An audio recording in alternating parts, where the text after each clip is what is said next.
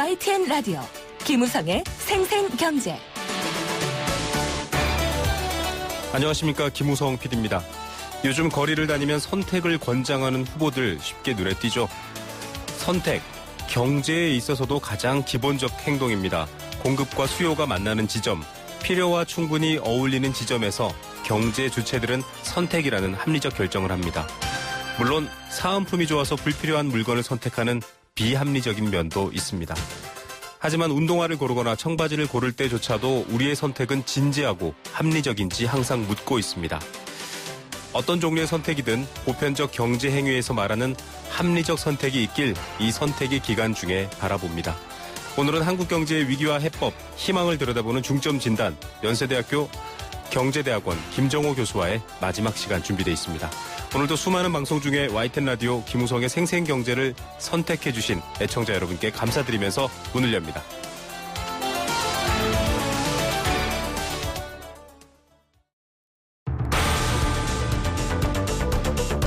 이 시각 주요 경제 뉴스 브리핑. 네, 내일 아침 경제신문을 미리 만나볼 수 있는 주요 경제 뉴스들 전해드립니다. 삼성전자의 1분기 성적표가 나왔습니다. 연초 삼성전자도 경제 위기의 엄살을 떨었는데요. 결과는 반전이 있었습니다. 여러분들 좋아하시는 드라마 태양의 후예, 그 광고 효과가 실로 대단합니다. 주인공 유신 대위의 차가 판매 실적까지 오르며 그 효과를 톡톡히 보고 있습니다. 자몽과 망고 수입이 급증하고 있다는 소식 들어와 있습니다. 관련한 여러 뉴스들 만나봅니다. 비즈니스워치 김춘동 기자 연결합니다. 김 기자님 안녕하십니까? 네, 안녕하세요. 자, 깜짝 실적 이런 표현으로 언론사들이 보도를 했는데 삼성전자 지난 1분기 실적 성적이 잘 나왔죠?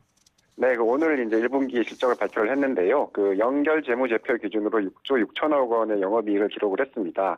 작년 4분기보다 7% 넘게 늘었고, 이 작년 1분기와 비교하면 10% 넘게 늘어난 건데요. 이 증권가의 평균 전망치가 5조 6천억 원 정도였으니까 이 시장의 예상을 1조 원가량 웃도는 수준입니다. 지난달 중순까지만 해도 이 증권가 일각에서는 이 삼성전자의 1분기 영업이익이 5조 원에도 못 미칠 것이라는 이 비관적인 전망이 있었는데, 이런 전망을 좀 보기 좋게 좀 뒤집은 겁니다. 다만 1분기 매출은 49조 원으로 이 전분기보다 8% 넘게 줄면서 좀 숙제를 하나 남겼습니다.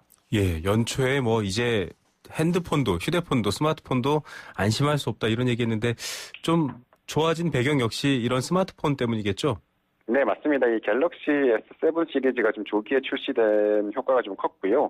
이 반도체 부문도 이 메모리 제품의 평균 판매 단가가 좀 하락을 하면서 고전이 예상되긴 했는데, 이 프리미엄 제품 중심으로 시장을 공략하면서 이 실적 방어의 버팀목이 좀 됐습니다. 여기에다 좀 환율 효과도 컸는데요. 올 1분기 환율이 1,200원대를 유지를 하면서 이 수출 가격 경쟁력에서도 이 상당 부분 도움이 됐습니다. 1분기는 이 계절적으로 IT와 가전 시장 비수기인데다가 또 올해는 이 글로벌 경기 침체 여파가 여전한 상황인데요. 이런 와중에 좀 좋은 실적을 내면서 이 앞으로 실적 사이클에도 좀 청신호가 켜졌다. 이런 좀 분석이 나오고 있습니다. 예, 아무래도 또 주력 산업들이 잘 되면 여러 가지 경제 상황도 좋아질 가능성이 있기 때문에 기대해 보겠습니다. 자, 고급 수입차를 업무용으로 쓰는 경우가 여전히 많다. 이게 사실 사적으로 전용되지 않도록 여러 가지 제도를 마련했는데 업무용으로도 고급 외제차를 많이 선호하는 모양이군요. 네, 맞습니다. 올 들어서 이 업무용 승용차에 대해서 또 임직원 전용 자동차 보험 가입을 의무화하고 또 이 비용 공제 기준도 좀 깐깐하게 바꿨는데요. 그러면서 이 수입차를 법인용으로 좀 구매하는 비중이 좀 줄어들고 있긴 하다고 합니다. 그런데도 이 고성능 스포츠카를 비롯해서 이 고가 수입차를 이 법인용으로 구매하는 경우가 여전히 많다고 하는데, 올 1분기의 수입 자동차 등록 대수가 6만 대쯤 되는데요. 이 가운데 이 법인이 구매한 비율이 35%에 달했습니다. 지난해 법인 구매 비율이 39%였습니다. 니까 4%포인트 정도 떨어지긴 했는데 크게 줄어들진 않은 겁니다. 예, 특히 지금 말씀하신 것처럼 고성능 스포츠카 가격이 억대를 넘어갈 텐데 네. 이런 차들을 개인들이 사는 것보단 법인들이 사는 게 많았다 이렇게 나온 거죠? 네, 그게 좀 약간 수상한 대목인데, 대표적인 스포츠카인 포르쉐의 경우를 보니까 올 1분기의 법인 구매 비율이 64%에 달했는데요. 보통 이 스포츠카는 개인이 드라이빙을 즐기기 위해서 타는 자동차인데도 이 법인이 구매한 비중이 좀 훨씬 높았습니다. 이 대형 고급 세단인 벤틀리 또 롤스로이스 같은 이 고급차들도 거의 대부분 지금 범인이 구매를 했고요. 다만 상대적으로 가격이 저렴한 푸조, 도요타, 혼다 등의 범인 구매 비율은 10에서 30% 수준에 그쳐서 좀 대조를 이뤘습니다. 네. 그러다 보니까 이 업무용 승용차 규제를 더 강화해야 된다는 목소리가 좀 나오고 있습니다. 뭐 법인의 사용 목적을 단정할 수는 없겠지만 혹 손님을 모실 때 이 포르쉐 태우기가 아주 불편할 텐데요. 네, 참 의심되는 부분입니다.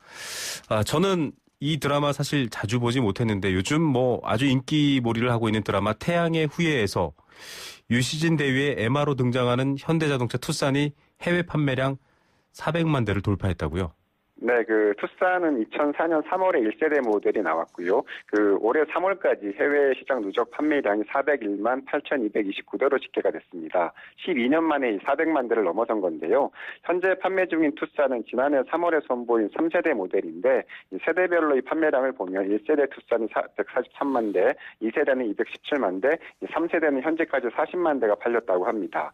특히 올 1분기에 유럽과 중국, 미국 등에서 골고루 팔리고 있는데 현대차 측은 이 드라마 태양의 후예가 이 중국을 비롯한 해외에서 큰 인기를 끌고 있어서 이 투싼의 판매가 앞으로 더 크게 늘어날 것을 그렇게 기대를 하고 있습니다.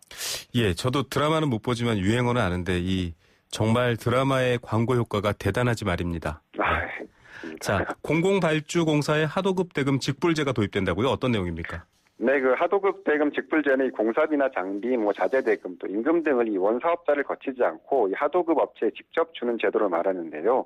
올해 지방자치단체 또 공공기관이 발주하는 공사 절반에 이 하도급 대금 직불제가 도입이 됩니다. 네. 공정거래위원회는 이 17개 광역지자체 또 20개 공공기관과 합동으로 이 하도급 대금 직불제를 추진하겠다고 지금 발표를 했는데요. 올해 이들 기관이 발주하는 이 공공부문 전체 발주 규모가 16조 원 정도인데 전체 공공기관 물량의 47% 정도 된다고 합니다. 예, 이 하도급 사실은 대금 체불 문제, 심지어는 그 아래에 일일 근로자들의 어떤 임금 체불 문제도 항상 시끄러웠는데 이 문제가 조금 해결될 수 있는 조치다 이렇게 이해할 수 있을까요?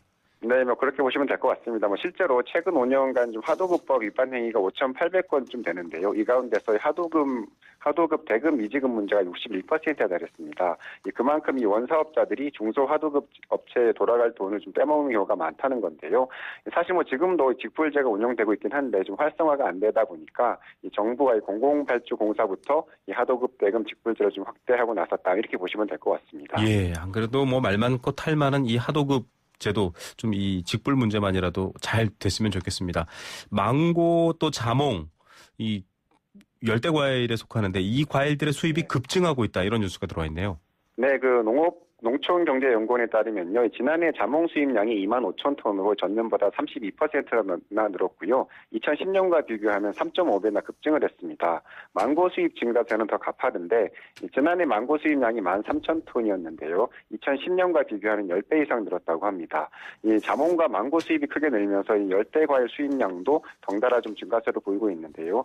지난해 열대과일 수입량은 48만 4천 톤으로 전체 수입 과일의 68%를 차지를 했다고 합니다. 예, 좀 낯선 과일이기도 하지만 요즘은 좀 흔하게 보이기도 했던 이유가 이런 거였군요. 그런데 이렇게 많이 선호하는 이유, 수입이 늘고 있는 이유도 있을까요?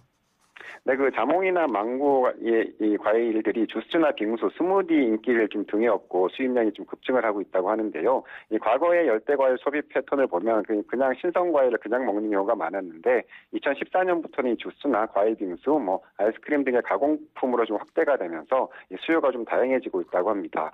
이 자몽 같은 경우는 이 단맛이 많지 않아서 인기를 끌지 못했다가 칼륨이 좀 풍부하고 또 비타민이 다양하고 이 낮은 칼로리가 좀 알려지면서 건강식품으로 좀 주목을 받고 있고요. 이 망고의 경우에는 아이스크림과 주스가 좀 큰 인기를 좀 끌고 있다고 합니다. 네. 자, 입안에 침이 살짝 고였습니다. 네. 자, 이 ISA 저희가 여러 번 보도도 하고 또 뉴스 브리핑에서 또 소개하고 또 분석도 했었습니다. 이 과당 경쟁 또 불안전 판매 항상 논란이 있었는데 드디어 금감원이 나서서 1임형 ISA에 대해서 과당 경쟁하지 말라 이렇게 얘기를 했네요. 네. 네, 신한과 우리 국민 등 주요 시중은행들이 오는 11일에 1임형 IS를 좀 일제히 내놓습니다. 네. 신탁형과는 달리 1임형은 이 ISA 투자를 금융회사에 맡기는 방식인데요. 1임형 ISA 판매를 계기로 이 과열 판촉전이 좀 재차 불거질 수 있다는 판단에 따라서 신청을 하고 나섰습니다. 네. 지난달 14일에 신탁형 ISA가 처음 선보일 때도 그 은행권을 중심으로 가입자 이치 경쟁이 좀 벌어지면서 불안전 판매 논란이 좀 있었는데요. 실제로 이번 그 1인용 ISA를 출시할 때도 국민은행을 비롯한 주요 은행들이 경품 행사를 비롯한 다양한 이벤트를 좀 준비를 하고 있다고 합니다. 예, 오늘 소식 여기까지 듣겠습니다. 감사합니다. 네, 말미에 전화 연결 상태 고르지 못한 점 청취자 여러분의 양해 바랍니다. 지금까지 비즈니스워치 김춘동 기자였습니다. 가장 빠른 증시 분석. 오늘의 증시 분석. 네, 오늘의 증시 분석입니다. 유한타증권 박진희 부장 연결하겠습니다. 안녕하십니까? 네, 안녕하세요. 자, 오늘 삼성전자 실적 발표, 또 미국 FOMC의 어떤 금리 인하 가능성이 없어진 부분들 여러 뉴스가 있었는데 코스피 상황은 어떻게 진행됐습니까? 네, 말씀하셨던 대로 이제 전날 유가 상승과 함께 미국의 FOMC 의사록 공개로 인해서 미국 시장의 강세 이런 부분들이 우리 시장의 장 초반에 영향을 주었습니다. 조합주가 지수는 1973.89 플러스 2.57포인트로 마감을 했고요. 코스닥 시장도 697.13 플러스 3.10포인트에 마감을 했습니다. 오늘 외국인들은 코스피 시장에서 장 막판에 상당히 주식을 많이 쓸어 담으면서 2천억대의 매수를 한 모습을 보였고요. 코스닥 또한 500억대 이상의 매수를 보였습니다. 다만 선물에서는 5천 계약 이상 매도하면서 해치성의 매도를 좀 보이는 모습을 보였는데요. 전체적으로 환율이 하락을 하면서 다시 한번 1150원대에 가깝게 진입하는 모습을 보이기도 했습니다. 그래서 전체적으로 본다라면은 오늘 삼성전자의 실적 발표가 관련되어 있는 IT 부품과 장비주들에게는 일정 부분 좀 영향을 준 모습으로 중소형주들의 흐름은 좀 강화되는 모습이 코스닥에서 좀 나타났고요. 일단 코스닥 시장에서의 외국인들의 매수세가 그런 부분들을 좀 불러일으켰고 거래소 시장에서는 삼성전자가 오히려 실적 기대감에도 불구하고 약세로 마감하는 그런 모습을 보였습니다. 네, 이 기관이 많이 팔아치우는 모양새이긴 했는데 또 환율 문제 늘 항상 말씀해 주시는 것처럼 이 외국인 투자자들은 시장을 산다라고 말씀해 주셨는데 이 기관 같은 경우는 이번에 많이 판매를 하면서 좀 주가가 튀어오르지 못하게 막는 역할을 했네요. 우리 시장 같은 경우는 시장에 대한 신뢰감이 많이 떨어져 있는 상태입니다. 2천 선만 가면은 맞고 내려오는 모습을 계속적으로 연출했었기 때문에 개인 투자자분들도 계속 펀드 판매를 계속 이어가고 있는 모습이고요. 기관 투자자 같은 경우도 일단 이번 달에 있을 때 선거가 끝난 이후에 정권이 계속적으로 어느 정도 현재의 정책을 이어나갈 수 있는지 여부에 따라서 다시 한번 배팅이 될 가능성이 높은데요. 지금 현재 상황에서는 계속적으로 기관 투자자들은 좀 매도를 하면서 단기간에 좀 외국인들의 매수세에 매도로 차익 실현을 계속 노리는 대응이 이어지고 있는 것 같습니다. 예. 자, 오늘 내용은 여기까지 듣겠습니다. 감사합니다. 네, 감사합니다. 네, 유한타증권 박진희 부장이었습니다.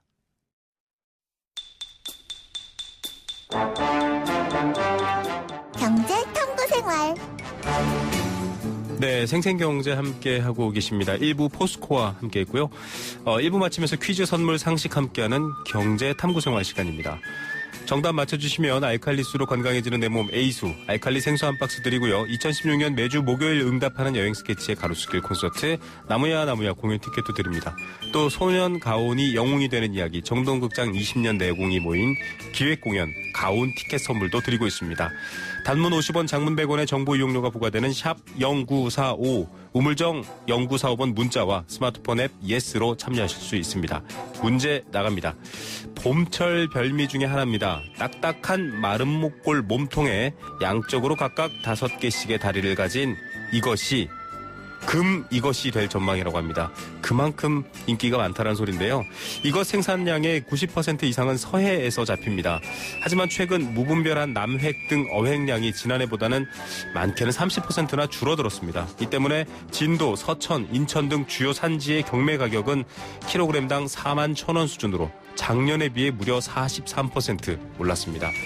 수심 20-30m의 바닷가 모래바닥에서 서식하고요. 주로 찜, 탕, 찌개 등으로 조리해 먹습니다. 이것은 무엇일까요? 정답 보내주시기 바랍니다.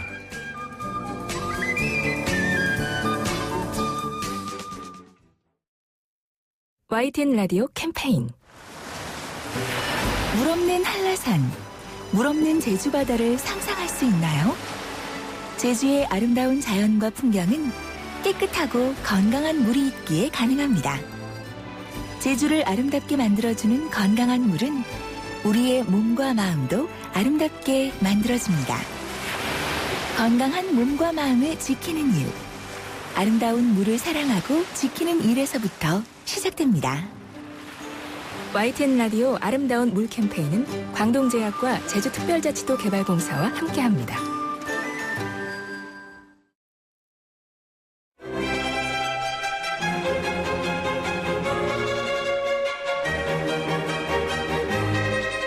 자, 중점 진단 세 번째 시간입니다. 김정호 연세대학교 특임교수 모시고 한국 경제의 위기, 희망, 문제점 또 해법 다양한 얘기 나눠보고 있는데요. 아쉽게도 오늘이 마지막 시간입니다. 저희가 원래 2회차로 준비를 했다가 이야기가 좀 많이 부족해서 시간을 좀 늘렸습니다. 자, 오늘은 뭐 양극화랄까요? 또 한국 사회를 둘러싼 여러 가지 이야기도 나눌 생각입니다. 여러분들 많이 들어주시기 바랍니다. 김정호 교수님 스튜디오에 또 모셨습니다. 안녕하십니까? 네, 안녕하세요. 예, 저희가 못 가게 이렇게 붙잡고 있는 듯한 느낌에서 참 죄송합니다. 아닙니다. 좀 이게 예. 줄여서 이야기를 해야 되는데 너무 이렇게 방만하게 이야기를 했군요. 또 여러 가지 또 얘기를 하다 보면 그럴 수밖에 없습니다. 자, 저희가 뭐 위기, 해법, 가능성 많은 얘기들을 지난주 또 지지난주에 이어서 하고 있는데요. 사실은 지금 실질적인 고통이라고 하면은 이 경제적 양극화라든지 가계부채 문제를 얘기 안 할 수가 없습니다. 네. 한계 가구, 즉 빚을 갚기 어려운 상황에 놓인 가구의 전체 부채량이 이 가계부채 중에서 30%라고 하고요. 예. 또 공공부채도 지금 심각한 상황이거든요. 이런 문제 사실은 인식하지 않고 가능성을 좀 보기는 어려운 부분이 있어서 네. 교수님 고견 먼저 좀 여쭙겠습니다. 예. 그 총부채라고 하는 개념이 있습니다. 네.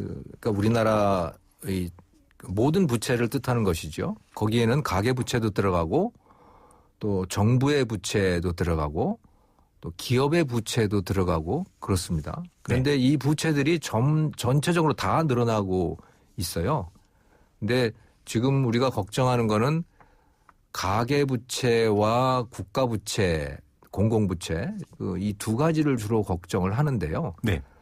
저는 정말 걱정해야 될 부분은 기업부채라고 생각을 해요. 네. 네, 왜냐하면 가계부채의 경우에 대부분은 다 담보가 있습니다. 네. 주택담보로 되어 있기 때문에 최악의 경우에 그 담보를 처분하면 되는 것이고 그래서 은행이 붕괴될 가능성은 별로 없어요. 네. 물론 그렇다고 하더라도 그렇게 돈을 못 갚게 되는 가계의 고통은 분명히 문제인 것이고 네네. 하지만 그것 때문에 은행이 붕괴될 가능성은 그렇게 높지 않다. 네. 그런데 이 기업 부채는 정말 문제입니다. 네. 기업들이 지금 뭐 어마어마한 그런 적자를 쌓아가고 있잖아요. 예. 그것은 다 부채입니다. 그게. 네. 그리고 그거는 은행들이 떠 안아야 되는 것이고 네. 은행이 그만큼 부실해지는 거고요. 지금 당장 나타나고 있는 것은 조선산업인데 다른 산업에서도 얼마든지 그런 일이 일어날 수 있거든요. 네. 그건 정말 걱정인 거예요. 은행 부실이 이어지기 때문에 그거는 뭐 담보도 마땅치가 않습니다. 네. 담보 그 주식 담보로 한 경우들이 많이 있는데 주식 자체가 뭐 값이 없어져 버리는 거 아니겠습니까? 예. 그래서 정말 문제는 기업 부채이고 기업 부채가 커지는 거 그 싹을 잘라야 되고 그게 구조조정이고 이제 그런 거라는 것이죠. 네. 그래서 저는 이 부채 문제를 바라보는 그 눈을 조금 우리가 바꿔야 될 필요가 있다. 조금 더 큰 시각에서 바라봐야 된다라고 네. 생각을 하고요. 그런데 부채가 늘어나는 것을 제어하는 건 분명히 필요하죠. 네. 그건 바로 통화량입니다. 네. 그러니까 돈을 많이 풀면 부채가 늘어나게 돼 있어요. 네. 예. 근데 우리가 그 상반된 그런 이야기를 할 때가 많은 것이 돈을 풀어가지고 경기를 자극하자고 하면서 또 한편으로는 부채가 늘어나면 안 된다고 얘기를 하거든요. 네. 근데 그건 동전의 앞뒷면입니다. 모순이죠. 예. 그래서 부채가 늘어나기를 원치 않는다면 돈도 더 풀어서는 안 되는 겁니다. 네. 돈을 안 풀면 고통스럽죠. 긴축은 또 디플레이션을 부른다 이런 우려도 있고요. 예. 그럼 선택을 해야 되는 거예요. 네. 모든 걸 다 얻을 수는 없지 않겠습니까? 네. 뭔가 그러니까 경제라고 하는 거는 선택을 할 때는 늘 아픕니다. 네. 항상 아프게 돼 있어요. 모두가 다 좋을 수는 없는 거예요. 예. 그래서 어떤 아픔을 참을 것이냐 그러면 네. 예. 그냥 부채가 늘어나도 뭐 조금 편히 살 거냐 아니면 부채가 늘어나는 건 미래가 불안한 거니까 네, 더 큰 위험이 올 수 있으니까요. 이거를 참으면서 뭐 당장의 고통도 감수할 거냐 이 선택을 해야 되는 것이죠. 예. 네. 자, 기업 부채 위험성 말씀해 주셨지만 저희도 예전에 지적해드렸지만 100대 기업 안에도 무려 20% 가까운 기업이 이 영업이익으로 이자를 갚기 어려운 한계 기업들이 존재한다. 이런 보도도 해드렸었는데요. 자, 우리 경제가 같이 침몰하느냐라는 위기 관리 측면에서는 아주 중요하게 들여다봐야 될 얘기입니다. 자, 이 교수님 좀 네. 시각을 약간 넓혀서 이제 기업이 아니라 조금 확대해 보겠습니다. 네. 한국은 굉장히 독특한 환경에 놓여 있습니다. 분단돼 있고요. 네. 또 삼면이 바다로 둘러싸여 있고 그래서 우리 경제를 바라볼 때 항상 지정학적 위기, 네. 지정학적 요소 이런 얘기들 하고 네. 최근 들어선 북한이 굉장히 온 국민들이 싫어할 만큼 네. 위기를 조성하고 도발을 일삼고 있거든요. 이런 환경들이 우리 경제는 악영향일 줄 알았는데 의외로 건실히 주식시장이라든가 버티고 네. 있고요. 또 향후의 문제겠지만 통일이 될 경우에는 우리 네. 경제에 또 어떤 국면이 펼쳐질지 네. 좀 궁금하거든요. 어떻게 생각하십니까? 예.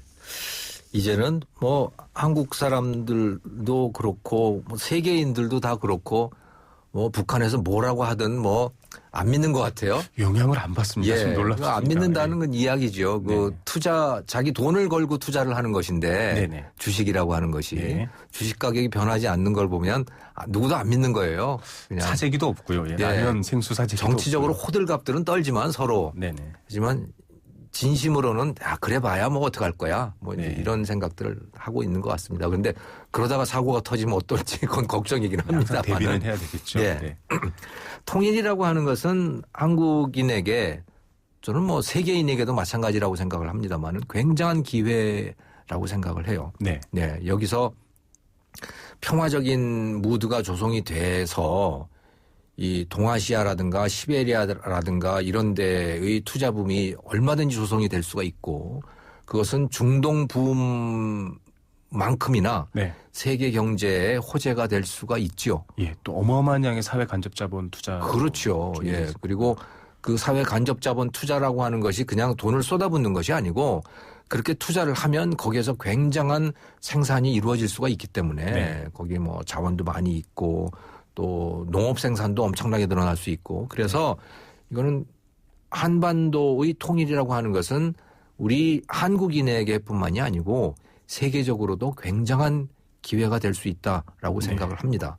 자, 그런데 거기에는 전제 조건이 하나가 있습니다. 네. 그게 뭐냐면 북한 사람들이 일한다라고 하는 전제가 있는 거예요. 네. 통일이 되면 이건 통일 대박이다라고 얘기를 하는 것은 단순히 뭐 북한에 있는 지하 자원이 뭐 어떻다 뭐 이런 이야기가 아니고 네. 네. 지하 자원 그거 얼마 안 됩니다. 네. 뭐 무슨 뭐 몇십조 뭐 이렇게 얘기를 하지만 네. 몇십조 또는 몇백조라고 그래 봐야 우리나라 1년 GDP도 안 돼요. 네. 그러니까 지하 자원이라고 하는 건 별거 아닙니다. 진짜 중요한 건 뭐냐면 그 2천만의 인구예요. 네. 그 사람들인 거예요. 그 2천만이라고 하는 사람들이 지금까지는 존재하지 않던 사람들이었던 겁니다. 세계 경제 입장에서는 또 그렇죠. 남한 경제 입장에서는. 네. 근데 그 사람들이 생겨나는 겁니다. 통일이 네. 됨으로 인해 가지고. 자, 그리고 그분들이 세계 경제에 굉장한 역할을 할 수 있다는 거예요. 어떻게? 남쪽이 갖고 있는 노하우와 또 남쪽이 갖고 있는 자본력과 네. 이런 것을 북한 사람들하고 협력을 할 수 있는 거 아니겠어요? 네네. 협력을 하면 그러면 완전히 새로운 경제가 탄생할 수가 있는 거예요. 네. 그게 굉장한 거죠. 그게 대박인 겁니다. 네. 그래서 지금 우리 개성공단에서 아주 소규모로 하고 있지만 그걸 북한 전역에서 할 수 있는 거 아니겠어요? 네네. 그렇게 되면 정말 저는 최소한 북한 지역의 GDP만 놓고 따져본다면 1년에 저는 한 20% 성장도 가능하다고 생각을 해요. 유례 어마어마한 없는 성장이 저는 성장이네요. 가능하다고 생각을 합니다. 그러니까 지금까지 인류의 그러니까 어떤 국가도 해보지 못한 그것이 네. 가능할 것이다. 왜? 남쪽이 10% 12% 성장을 했던 적이 있었고 네네. 그 노하우가 있잖아요. 네. 그리고 이미 과거에는 가지지 못했던 어마어마한 시장에 접근하는 방법을 남쪽 사람들이 갖고 있잖아요. 네네. 그러니까 북쪽 사람들은 만들기만 하면 되는 겁니다. 네. 새로운 경제를 도입 받아들이기만 하면 되는 그렇죠. 상황이죠. 자, 그런데 그 전제가 뭐냐면 북쪽 사람들이 일한다는 전제가 있는 거예요. 이건 왜 말씀을 드리느냐. 만약에 그냥 단순하게 남북이 통합을 해가지고 북쪽도 남쪽의 복지제도를 그냥 적용을 하게 되면 북쪽의 2천만 명 중에 1,900만 명은 기초생계수급자가 됩니다. 그렇죠. 네. 어마어마한 비용이. 기초생계수급자가 되면 한 번 되면 안 나와요. 네. 남쪽도 그렇잖아요. 지금 한국의 기초생계수급자로 계시는 분들이 150만입니다만은 대부분은 한 번 되면 그냥 계속 기초생계수급자로 계세요. 네. 그거는 뭐 신체적인 조건 때문에 그렇기도 하지만 예. 또 심리적으로도 또 그렇게 되는 못 겁니다. 나오시는 분들도 있지만 솔직히 안 나오시는 분들도 있다. 많이 있어요. 예. 저는 북한 분들이 만약에 그렇게 된다면 1,900만 명이 기초생계수급자가 되면 그러면 대부분 저는 못 나오기도 하고 안 나오기도 하고 그렇게 될 거라고 생각을 합니다. 일을 하지 않게 될 네. 것이다. 예. 그러면요 대박이 아니에요. 그거는 네. 그거는 재앙입니다. 네. 북쪽에도 재앙이고 남쪽에도 재앙인 거예요. 사실 동서독 통일에도 굉장히 어려움이 있었거든요. 경제적으로. 네. 그러니까 일을 하게 된다라고 하는 전제가 있어야 대박이 되는 것인데 네. 그래야 북한 사람들에게도 이게 엄청난 기회가 되는 것이고 남쪽 사람들에게도 기회고 세계적으로도 그것이 기회고. 네.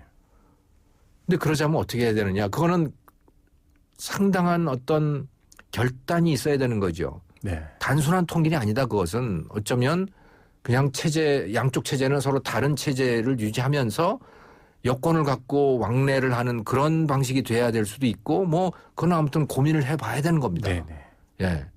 그냥 낭만적으로 접근할 일은 아니라는 것이죠. 예. 네. 구체적으로 어떤 통일 이후에 한국 경제가 도약하는 게 어떤 전제 조건이 있는지 지금 설명해 주셨습니다. 네. 모두가 경제 활동에 온전한 주체로서 참여할 수 있을 때 네. 한국 경제는 어마어마한 파괴력을 가질 수 있지만 네. 그렇지 못할 경우에는 또 다른 위협이 될 수 있다 이런 얘기도 네. 해주셨습니다. 자, 이번에는 좀 네. 정치와도 연결될 수 있는 얘기인데 요즘 뭐 경제 민주화 관련돼서 경제 네. 민주화를 외친 분 때문에도 또 여러 가지 뉴스가 났었지만 네. 예, 경제 민주화 얘기는 지난 대선 때도 좀 뜨거웠었습니다. 네. 경영 방식의 민주화뿐만 아니라 사회 곳곳의 경제 주체들을 좀 고르게 참여시키자 이런 논의도 있었고요. 또 네. 각기 경제 민주화가 뭐냐 해석도 좀 다르기도 했었는데 네. 대표적으로는 이 낙수 효과로는 좀 어렵기 때문에 이제는 좀 분수 효과, 즉 네. 내수와 소비 위주로 경제 규모라든지 성장을 이끌어가야 되지 않느냐 이런 주장도 있습니다. 좀 전체적인 총평을 해주신다면요. 예. 낙수 효과라고 하는 것에 대해서 논란이 많이 있는데 저는 그러면 아산 같은 도시를 한번 봐라. 아산, 탕정 같은 도시. 거기에 모 기업의 디스플레이 공장, 뭐 반도체 공장 이런 것들이 대규모로 들어가게 됐잖아요. 네네. 그러면서 도시가 아예 통째로 하나가 생겼고 네. 그러면 거기에 임직원들만 잘 먹고 잘 사느냐? 그게 아니고 네. 아예 천안 뭐 일대까지도 아예 거기는 집값이 오릅니다. 네네네. 네. 평택도 그렇고요. 예. 그게 낙수 효과예요. 왜냐하면 거기 직원들이 거기서 돈을 벌어가지고 어딘가에 가서는 먹고 살아야 되잖아요. 네네네. 그게 낙수 효과인 거죠. 만약에 그 기업이 거기서 망해버린다, 위축돼 버린다라고 하면 그럼 그 일대가 다 그 지역 일대가 다 불경기를 맞이하고 가게들이 문을 닫아야 되고 다 그런 것 아니겠어요? 네, 처음 오셔서 조선 상황 얘기했을 예. 때 지금 조선이 이미 그러고 있고요. 네. 그 거제도라든가 울산이라든가 이런 데들이. 그런 것이 낙수 효과입니다. 뭐 그거를 숫자로 뭐 따지지 않더라도 그렇게 존재하고 있는 것이다. 낙수 효과라고 하는 것은. 네. 예. 그리고 소비를 촉진해서 잘 살게 만들겠다라고 하는 그런 것을 여러 번 했었어요. 이미 지속적으로 해왔습니다. 네. 이른바 경기 부양책들을 계속 써왔었죠. 지금 가장 대표적인 게 예를 들어 강원도의 양양공항, 네. 또 전라도의 그 무안 국제공항, 양쪽 다 국제공항일 거예요. 거기에 돈도 굉장히 많이 쏟아부었습니다. 네. 그게 분수 효과를 원했던 것이죠. 네. 거기에 돈을 쏟아부어서 뭔가를 만들어 놓으면 그게 그 지역 일대를 살릴 거라고 생각을 했잖아요. 네네. 결과는 뭐냐?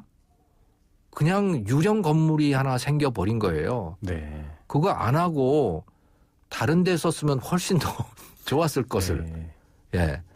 물론 그러니까 소비를 촉진해가지고 그것 때문에 좋아지는 경우도 있어요. 네네. 하지만 많은 경우는 지방공항처럼 돼버리더라. 그게 우리의 경험이었던 것이죠. 네. 예.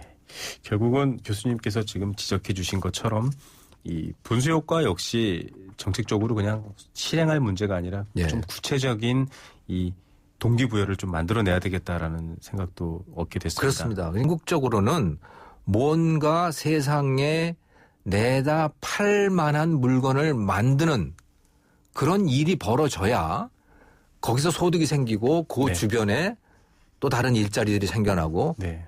그러는 것이죠. 그게 우리 경험입니다. 현장에서는 네. 그런 일들이 일어나고 있는 것입니다. 예. 자, 계속 긴 시간 저희와 네. 함께 다양한 얘기들을 해주셨습니다. 좀 마무리를 해야 될 것 같은데요. 네. 앞서 기업의 역할이라든가 경제를 바라보는 시선 또 여러 가지 위기 인식 다양한 네. 얘기를 해주셨습니다. 네. 끝으로 조금 민감하고 어려운 문제긴 하지만 네. 이 경제라는 건 결국 어떤 정치적 환경이나 이 정치적 결단력에 의해서 결정된다. 사실 예. 세금 문제도 그렇고 기업 문제도 그렇고 구조 조정의 문제도 그렇고 그 네. 고통을 감수하려면 결국은 정치적인 선택과 결단이 네. 필요하다. 이런 지적들을 여태껏 출연해 주신 분들도 다 말씀하셨거든요. 네. 교수님은 어떻게 보십니까? 저도 뭐 똑같지요. 네. 네. 그 정치가 소위 리더십이라고 하는 것이 뭐냐. 그거는 대부분의 국민들에게 하기 어려운 이야기를 해야 하는 것이다. 결단을 촉구하는 것이다라고 저는 생각을 해요. 결단을 촉구하는 것. 예. 네. 국민들에게 듣기 좋은 소리만 해주는 그런 리더십이라면 그건 리더가 아니고 팔로워죠. 그냥 네. 따라가는 사람이에요. 물론 따라가는 사람도 필요합니다. 네네. 살기 좋은 동안에는 그래요.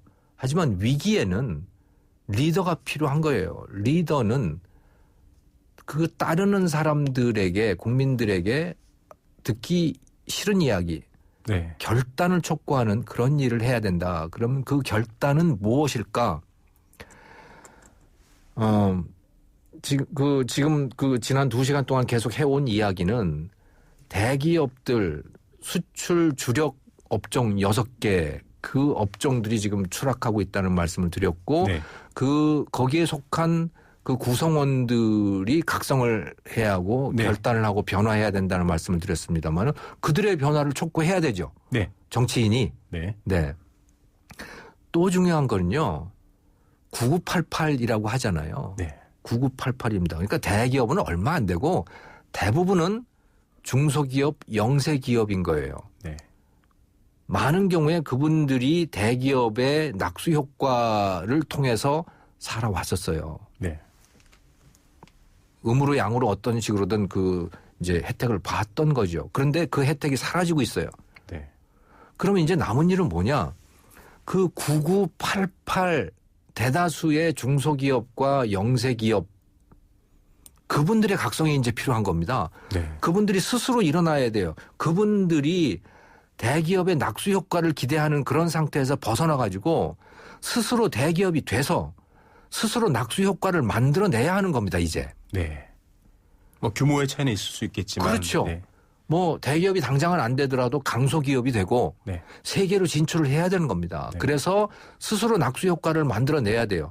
뭐 분수 효과라고 부른다면 그럼 분수 효과를 만들어내려면 세금을 내야 될 거 아닙니까? 네. 그 세금 내는 사람이 돼야 되는 겁니다. 네. 세금을 받아 쓰는 사람이 아니고 네. 세금을 내는 사람이 돼야 된다. 네. 그러자면 돈을 벌어야 되잖아요. 네. 돈은 그냥 공짜로 안 벌어지거든요. 네. 스스로 변신을 해야 되는 거죠.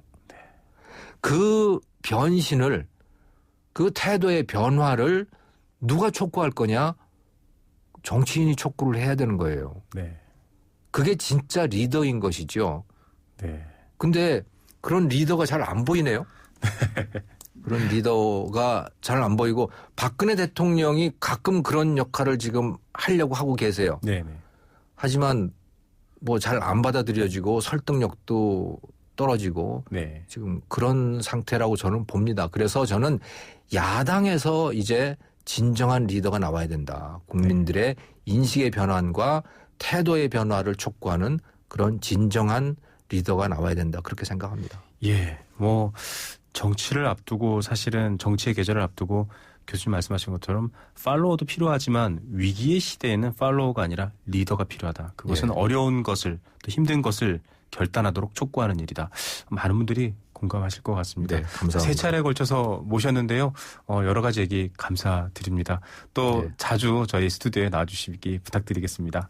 예, 저 불러주셔서 영광이고요. 네. 예, 제 말씀 때문에 좀 기분이 상한 분들이 계시더라도 좀 용서해 주시기 바랍니다. 네, 저희 또 이쪽 저쪽 이렇게 다양한 또 원로들을 모시고 얘기 들으니까요. 많은 분들이 이해하셨을 것 같습니다. 자, 지금까지 연세대학교 경제대학원 김정호 특임 교수와 함께했습니다. 교수님 감사합니다. 네, 감사합니다.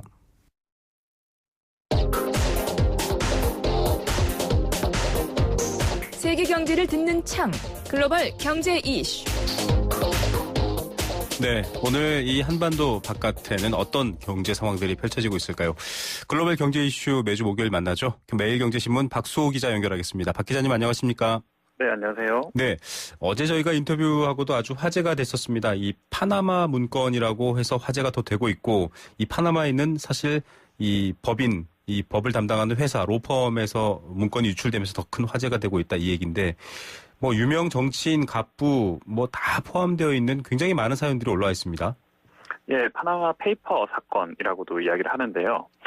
독일 민헨 일간 지트 도이체 자이퉁에서 이제 국제 탐사 보도 언론인 협회를 비롯해 전 세계 78개국 370명의 기자들과 협력해서 밝혀낸 대규모 조세 회피 문건을 말합니다. 네. 지트 도이체 자이퉁은 2.6 테라바이트 크기의 데이터에 1,150만 개의 문건, 21만 4,488개의 쉘 기업 목록이 적혀 있다고 밝혔는데요. 네. 파나마 페이퍼에는 이제 전 현직 대통령이 최소 12명이고 정치인이 128명이다. 이런 이름이 나와 있습니다. 예, 요즘은 뭐 디지털 시대니까 많은 분들이 2.6 테라바이트라고 하면 어느 정도의 양인지 짐작이 되실 것 같습니다. 그런데 이 많은 사람들 중에 또 놀라운 거는 세계적인 정상, 유명한 사람들, 정치적으로 굉장히 도덕적이어야 하는 사람들도 포함되어 있다고요. 예, 이게 지금 뭐 정치적으로도 굉장히 큰 파급 효과를 내고 있는데요. 특히 러시아의 푸틴 대통령이나 뭐 호스니 무바라크 이집트 대통령, 바샤르 알 아사드 시리아 대통령 이런 사람뿐만 아니라 또 데이비드 캐머런 영국 총리의 아버지 이런 이제 그 사람들이 많이 나와 있었고요. 네. 최근에 보도도 많이 됐었습니다만 시그민디르 아이슬란드 총리 부부가 여기에 올라서 아이슬란드에서 굉장히 또 반발 여론이 많다 보니까 사퇴도 하셨죠. 네. 그렇죠. 사임을 했었죠. 이런 식으로 이제 이런 보도가 이렇게 계속 이어지고 있는데 이거 우리 사회자께서 아까 말씀하신 대로 법률 회사인 모색 폰세카가 이제 이들의 자금 세탁과 탈세를 도왔다고 이렇게 나왔습니다. 네. 이 모색 폰세카가 어떤 회사인지를 찾아보면 해외 기업 설립을 전문으로 하는 회사 이렇게 나와 있는데 네. 세계 35개 도시에 사무실을 두고 기업과 개인이 자금을 해외로 옮길 수 있게 도와주는 역할을 하고 있답니다. 네. 홍콩, 미국, 마이애미, 그리고 스위스 취리히 뭐 이름만 대면 알만한 도시에 이 모색 폰세카라는 회사가 다 있다 이 말인 거죠? 그렇죠. 이 모색 폰세카는 근데 좀 억울하다는 입장을 보이고 있는데요. 네네. 어차피 조세 회피처나 이런 쪽에서 하는 게 불법을 저지르거나 조장한 건 아니고 네. 주주들에게 실소유주의 정체를 숨기기 위한 시스템을 제공했다라는 주장을 언론에서 하고 있는데 이건 근거 없는 거짓말이라고 이렇게 반박하기도 했습니다. 예, 뭐 아니 땐 굴뚝에 연기나랴라는 속담도 있는데 푸틴 러시아 대통령 같은 경우는 서방 세계 음모라고까지 얘기를 해서 사실은 실소를 금치 못하게 하고 있습니다. 자, 돈에 대한 욕심 정말 동서를 막론하고 정말 대단한 것 같습니다. 자, 우리나라 정부도 설탕에 대해서 경고를 하고 이제 이 설탕을 줄이기 위한 방침을 세우겠다 이렇게 얘기를 했는데 비만, 당뇨 등의 만성 질환의 주범으로 떠오르고 있고요. 우리나라뿐만 아니라 전 세계 곳곳이 좀 표현이 그렇습니다만 설탕과의 전쟁에 나서고 있네요. 네, 그렇습니다. 설탕세라고 해서 이제 세금을 매기겠다 이런 곳이 설탕세라고 해서 세금을 매긴다고요? 네. 영국 정부에서 지금 올해 3월 달에 회계연도 2016년에서 2017년 사이 예산안을 발표했는데요. 네. 향후 2년 이내에 설탕세를 도입하겠다 이렇게 깜짝 발표를 했습니다. 네. 이 계획에 따르면 음료 100ml당 설탕이 5g 정도 포함되어 있는 음료가 있는데 이 경우에 1리터에 18펜스 그러니까 우리 돈으로 한 300원을 부과하겠다는 내용인데요. 네. 그러면 코카콜라 캔이 보통 보면 330ml거든요. 네. 그러면 여기에 설탕이 한 35g 정도 있는데 네. 한 개당 133원 정도의 설탕세가 매겨지는 셈입니다. 네. 이렇게 세금을 매겨서라도 설탕 소비를 줄이겠다. 이런 고육지책이죠. 자, 설탕세를 매기면 설탕 소비가 줄까? 오히려 네. 세금만 늘어나지 않을까 약간 궁금해지기도 하는데 영국뿐만 아니라 다른 나라도 이런 설탕세를 추진하고 있나요? 멕시코 사례를 한번 찾아보니까요. 2014년 1월에 설탕 소비를 줄이기 위해서 설탕이 들어간 제품에 설탕세를 부과했는데 네. 연간 12% 정도 관련 소비가 줄어들었다고 합니다. 아, 효과가 있군요. 네. 네, 그러니까 효과가 있어서 영국 말고도 이제 인도네시아를 비롯해서 인도, 필리핀 정부도 음료 소비 상승세에 제동을 걸기 위해서 세금 부과 정책을 본격 추진하고 있습니다. 네. 최근 가장 발빠르게 움직이고 있는 곳은 필리핀인데요. 네. 필리핀 하원에서는 그 설탕으로 단맛을 낸 모든 음료에 대해서 10%의 특별 소비세를 물리는 안을 지금 내놓고 있고요. 인도네시아에서도 지금 논의가 본격적으로 시작이 됐고 네. 인도에서는 지난해 12월에 정부위원회가 40%의 추가 부담금을 물리겠다 이렇게 제안해 놓은 상태라고 합니다. 네.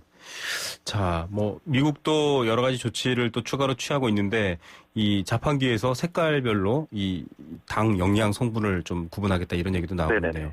사실 한국 전쟁이 끝나고 나서 이 여러 자료들이나 소설을 보면 손님들이 오시면 설탕물을 태워서 대접을 했었는데 이 설탕이 어쩌다가 전 세계인의 적이 됐습니다. 그만큼 건강에 해로운 면이 밝혀졌기 때문이겠죠. 알파고 열풍 중국까지 간 걸까요? 중국 정부가 노동력 부족을 해결하기 위한 방안의 하나로 로봇 산업을 집중 육성하기로 하겠다. 다른 나라가 뭐 열심히 하겠다 이렇게 얘기하면 아 그렇구나라고 하는데 중국이 뭘 하겠다고 하면 살짝 겁이 나기도 합니다. 어떤 내용입니까? 네, 그렇습니다. 그 중국 경제부에 따르면 중국 공업정보화부에서 국가발전개혁위원회 재정부와 공동으로 2020년까지 로봇 산업의 경쟁력을 대폭 강화하는 것을 골자로 한 로봇 산업 발전 계획을 마련했는데요. 네. 이 계획에 따르면 센서와 서브 모터를 포함한 핵심 부품 분야 그리고 산업용 로봇 개발 또 기술적 돌파구를 지원하기 위해서 보조금 지급 등의 내용이 포함되어 있습니다. 네. 그러면 이제 그 산업용 로봇이 보통 이제 용접이나 진공 청소, 프로그래밍 이런 것들을 쓰이기는 하는데요. 네. 현재 지금도 사실 중국이 산업용 로봇 판매에서는 전 세계 4분의 1을 차지하고 있거든요. 예. 그런데 이제 여기서 더 예. 늘리겠다고 하니까 굉장히 무섭죠. 지금 말씀하신 것처럼 전 세계 판매량 4분의 1의 이 로봇 산업이 중국인데 지능체까지 가동하겠다. 그러면 뭐 중국이 그냥 전 세계 로봇을 다 가지겠다 이런 말로 들리기도 합니다. 어떻게 전망하십니까? 네, 그래서 중국 증권가에서도 만약에 이게 실제화 된다고 하면 굉장히 큰 시장이 형성될 것이다 이렇게 전망하는 내용이 참 많이 나오는데요. 네네. 앞으로 4년간 연간 30%씩 이렇게 그 성장률이 증가하게 되면 2020년이면 2천억 위안 그러니까 우리 돈으로 35조 원 가까이의 시장이 형성될 것이다 이런 예상이 나와 있습니다. 네. 이처럼 중국이 그 로봇에 투자하는 이유를 찾아보면요. 아무래도 한국도 뭐 일본의 한국도 마찬가지겠지만 거기 중국도 사실 그렇게 인구가 많다고 하지만 고령화 이슈가 좀 있다고 합니다. 네. 그래서 산업적으로 봤을 때 중국 근로자 1만 명당 그 산업용 로봇이 절대적으로 부족하다고 하는데요. 네. 중국에서는 31만 명당 36대 정도라고 하는데 네. 우리나라가 지금 478대 1만 명당. 네. 네네. 독일은 292대 정도니까 우리나라 수준으로 따라잡으려면 앞으로 더 열심히 해야 된다 이런 생각이 있는 것 같습니다. 예. 자, 뭐 이렇게 로봇을 많이 보급하겠다. 중국이 로봇 강국이 되겠다까지는 좋은데 이 로봇 쇳덩어리 자체가 문제가 아니라 그 프로그램과 어떤 인공지능 소프트웨어. 자체가 네. 소프트웨어가 더 중요하다라는 생각도 들고요. 그래서 좀 중국이 뭔가를 하겠다고 하면 오히려 약간 의외의 반응이 나오는 것 같기도 합니다. 앞으로 또 어떻게 진행될지 지켜봐야 할 것 같습니다. 오늘 말씀 여기까지 듣죠. 감사합니다. 네, 감사합니다. 네, 글로벌 경제 이슈 매일경제신문 박수호 기자와 함께 알아봤습니다. 힘들었던 나에게 마음먹은 나에게 다시 한번 해보려는 나에게 포기하지 않는 나에게 아직 힘을 내고 있는 나에게 난 오늘 나에게 바카스를 사줬습니다. 나를 아끼자 바카스. 웨스트우드 트리니티 파이널 테스트. 등산화가 숨을 쉬는가? 바이오 설계 기술로 접지력은 강력한가?